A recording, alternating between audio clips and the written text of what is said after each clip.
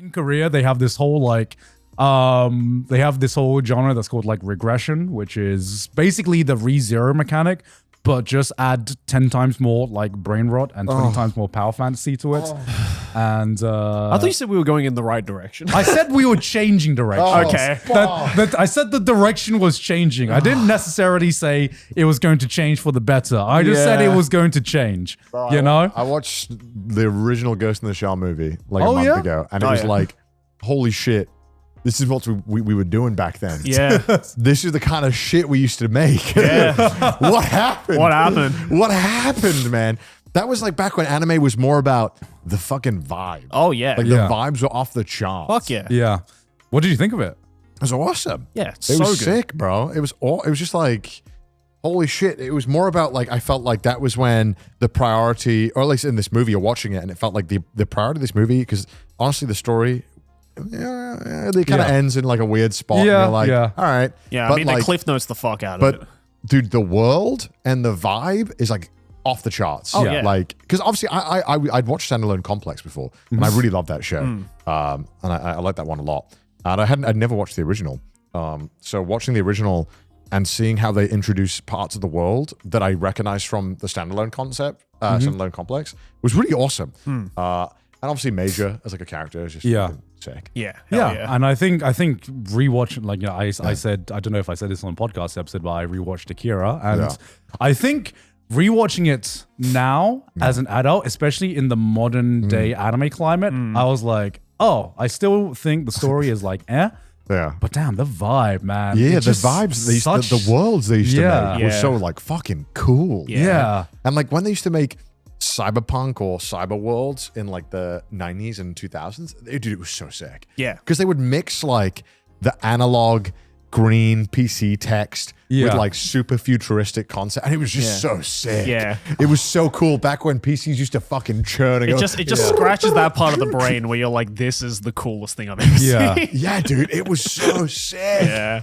And again, it felt like the world building and the vibe was like the priority when they're doing these shows. And even if you didn't like the story, you at least walked away feeling like, God damn, That was an experience. that was cool. Yeah. as shit. Yeah. It's the same thing with like Trigun and like the original Trigun to a sense. Yeah, I feel yeah. like 100%. the vibe that they make, even though it's kind of silly, you're just kind of like, God damn. Like, this is awesome. Yeah. Like, Well, this the is fucking like- Western mixed with a bit of futuristic aspects. So cool. This is just so clean now, and a lot of modern anime. This is so nostalgic now, and lots of modern anime nowadays just look very clean. I would say, Yeah, squeaky clean. like very, very squeaky clean. Even something as old, I mean, as old as Sword Art Online, still looks like squeaky clean. Yeah. And I think there's like this need to, there's like such a desperate need to have the first episode kind of be cohesive and like, not cohesive, but like just sell you on it. Yeah. Like there's never, because, you know, nowadays you can't wait 3 episodes to introduce a world and get people hooked on it. It's like, explain everything right away, show everything right away. Yeah. And I feel like that kind of hinders some of the really cool aspects. Yeah, we're of just anime. missing that like kind of like the raw, gritty feeling that we just like don't really get anymore because they just have to like polish everything off and being like, see guys, it looks sound and it's nicely like packaged for you to fully understand everything that's going on. And not to say that's like necessarily a bad thing, but like sometimes I just want that like, you know, like Ghost in the Shell and Akira, just like that rough around the edges feel to it. Yeah. You know, it's not that like the way that it was made was rough around the edges or anything. It's just something about it is just like It's got edge. it's that like good level of edge that we just don't really get as much anymore. But also I think it's just because the visual style has become somewhat cohesive, I feel like. A lot of animes look feel the same. indistinguishable. Yeah. Like obviously there's some outliers, there always are, but Yeah. like, you know, the style has become like, this is the anime style. Yeah. Where it's like, it's so different back then. And I Yeah. feel like maybe the need to conform and have such a uniform style does kind of hurt at times. But then it's also like, look, I mean, they're drawing from the manga. The manga is all drawn like that. So it's like, what do you know, I don't know. Like, I don't know what I'm getting at with this point. I think old man yells, things have changed. Like, that's what the segment is. I think But, like, what's slowly happening is that like it's just slowly becoming this like echo chamber now where the newer stuff, the newer it's derivative manga, of it's like inbred. the newer manga and anime is being influenced by manga and anime, whereas I feel if you go back to like the times of like Ghost in the Shell and Akira, they kind of drew inspirations from all sorts of other things, and it just culminated into this And I was thing. thinking about this. I think this is why when I read Fire Punch and all of I forgot his name, Fujimoto's works, I feel so crazy. Yeah. Is that he doesn't. It almost feels like he has some anime tropes that are there for sure, but like his inspiration clearly comes from cinema. And that's I think a reason why it feels so different as well. Yeah, totally. Because he's clearly not drawing inspiration from many prior animes. Or obviously, I'm sure there are some. Some will be like, actually, but like the main influence feels like cinema and the way that they make films, and he's trying to desperately Western get that across. cinematography. It's not just like anime manga is drawing inspiration from. Yeah, right? yeah, totally. It's really cool. Yeah, It's I would really, say really the cool. same thing. I would say the modern day director that does the same kind of like feel to that is probably Shinichiro Watanabe. Yeah. Because his newest project right now, Lazarus, is currently airing, and it just everything he makes just feels so different to your modern anime to the point where it just I gotta watch that. in a way it doesn't feel like anime at all. Yeah. You know. In the best That's what way. I want, man. Yeah. I want something that feels different. Yeah. Totally. And I think to some extent that's why I enjoyed the fucking Castlevania anime so much. Is that it was very much anime and emulating anime, but had a really like awesome feel to it. I don't know. It's really cool. It clearly like took influence from like Western film as well, right? That were like not anime. And Also, the fucking facial animations of the newest season of Castlevania are ridiculous. Oh, really? They're like so beautifully drawn. yeah. Especially like Alucard. Oh, yeah? Alucard looks like a fucking like Pocari Sweat ad every single shot of him in this new season. It's What does that mean? He looks like he's glistening.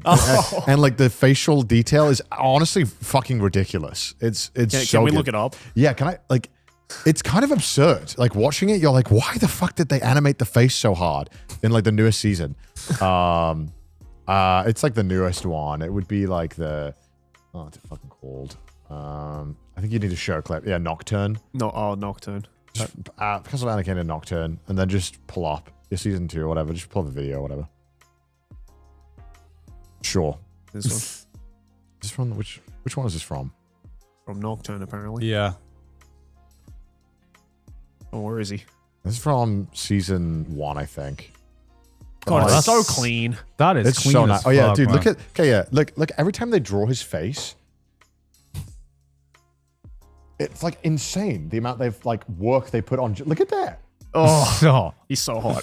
He's so fucking hot. And every time there's a shot of him, he looks insanely beautiful. yeah.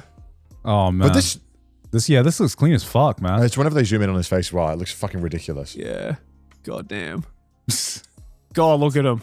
Dream. It's so fucking beautiful. Yeah. bro. Oh, I don't know. Like it was so. A lot of the stuff that I liked about this is that there was like kind of harshness to how they would draw the characters, but they would make them look so fucking beautiful. yeah. Yeah. I don't know. Totally.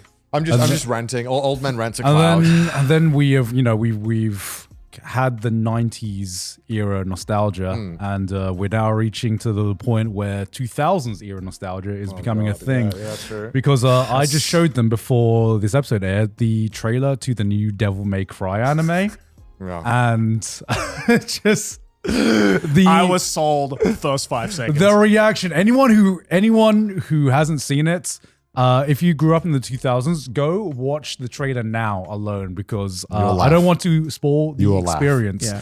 Because everyone I've shown it to, including myself, has had the exact same experience where, spoiler alert, for the trailer, within you're like, all right, Devil May Cry anime. Looks I'm sick. interested. Looks cool. Yeah. What's happening? And then out of nowhere, you hear, cut my life into pieces. This is my last resort. Suffocation, no breathing. Oh my god. And everyone I've shown it to is just like, fuck yeah. no fucking Like way. being hit by a like 20 fucking 2000s memory. Yeah. Oh my god. I And, heard that and then song Garn so long. showed us the opening Yeah. to it, and they used fucking Rollin' by Limp Bizkit. They use Rollin' by no. Limp Bizkit. So good. Yeah. And That's so 2000s. and Evanescence is also part of the Let's OST go! as well. I just Wow. they knew exactly Wow, what they were doing. Damn, And is 2000s nostalgia like a thing now? Yeah, dude. Fuck. It's like when we look back at like the 90s. Actually, I do love playing games that use the PS1 like polygon style. I love. True. Oh yeah. I love whenever Yeah. they use like the early PlayStation Oh, styles man. because Yeah. they're so distinct. The N64 PS1 look now is Dude, like it's so in now, it's so in now. Yeah. and yeah, it's weird now. Yeah. 'Cause are we gonna look back fondly on the 2010s or 2020s? Like, don't not know. really, right? I don't We've kind know. of lost all Yeah. decade, Dude, kind 10, of- 10, 15 years from now, we're going to look back at the fucking Xbox 360 menu and being like, oh, good times.